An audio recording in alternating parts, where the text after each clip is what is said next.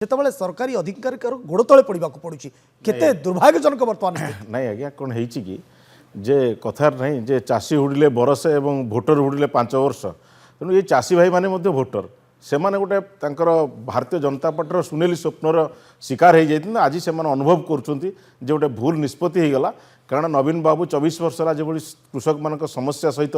ନିଜକୁ ସଂଶ୍ଳିଷ୍ଟ କରିକି କୃଷକମାନଙ୍କର କିଭଳି ସମସ୍ୟା ନ ହେବ ସେଥିପାଇଁ ଅହରାତ୍ର ଚିନ୍ତା କରୁଥିଲେ ଏବଂ କୃଷକଟିର ସମସ୍ୟା ନବୀନ ବାବୁ ଭାବୁଥିଲେ ଯେ ମୋ ନିଜର ସମସ୍ୟା ବିଜୁ ଜନତା ଦଳର ସମସ୍ୟା ସେଇଥିପାଇଁ ଆପଣ ଜାଣିଥିବେ ଏଇ ଜୁଲାଇ ମାସରେ ବିଜୁ ଜନତା ଦଳ ଯେତେବେଳେ ପଞ୍ଜୀକରଣ ଅସୁବିଧା ହେଲା ବରଗଡ଼ଠାରେ ବିଶାଳ କୃଷକ ସମାବେଶ କଲା ଏବଂ କୃଷକ ସମାବେଶ ସରି ନାହିଁ 4ଟା ବେଳକୁ ଠିକ୍ କ୍ୟାବିନେଟ୍ ବସିକିରି ତାକୁ ଫେର ସରଳୀକରଣ କରାଗଲା ତେଣୁକରି କୃଷକମାନଙ୍କର ସ୍ୱର ହେବା ପାଇଁ ବିଜୁ ଜନତା ଦଳ ସବୁବେଳେ ପାଇଁ ବାହାରିଛି ଏବଂ ଦ୍ୱିତୀୟ କଥା ହେଲା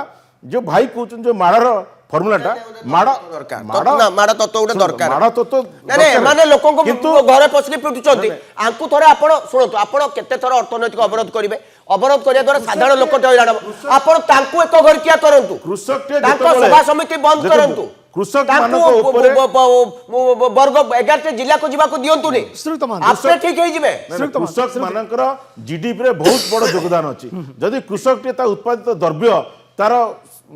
ଉଚିତ ମୂଲ୍ୟ ନ ପାଇବ ସେତେବେଳକୁ ଜିଡିପି ବି କମିବ ତେଣୁକରି ମୋ କହିବା କଥା ଯେ ରାଜ୍ୟ ସରକାରଙ୍କର ସ୍ୱର ନାହିଁ କେନ୍ଦ୍ର ସରକାର କତିରେ ଯେ ମୋହନ ମାଝୀଙ୍କର ଦାବି ଉପସ୍ଥାପନ କରିପାରନ୍ତି ଯେ ମୋ ରାଜ୍ୟର କୃଷକଟି ସମସ୍ୟାର ସମ୍ମୁଖୀନ ହେଉଛି ମୋତେ ସହଯୋଗ କରୁନି କେନ୍ଦ୍ର ସରକାର ଏ କଥା କହିଦିଅନ୍ତୁ आज मुख्य जो सप्लाई मिनिस्टर कहते जो गोदाम रे चाउल अच्छी आम निलाम करूँ अरे तुम केबे निलाम कर कौ दिन उठेब पर्टिकुलर डेट दौना गोदाम खाली तो चाषी को धान जीव निर्लज भाई कौच तुम निलाम करूँ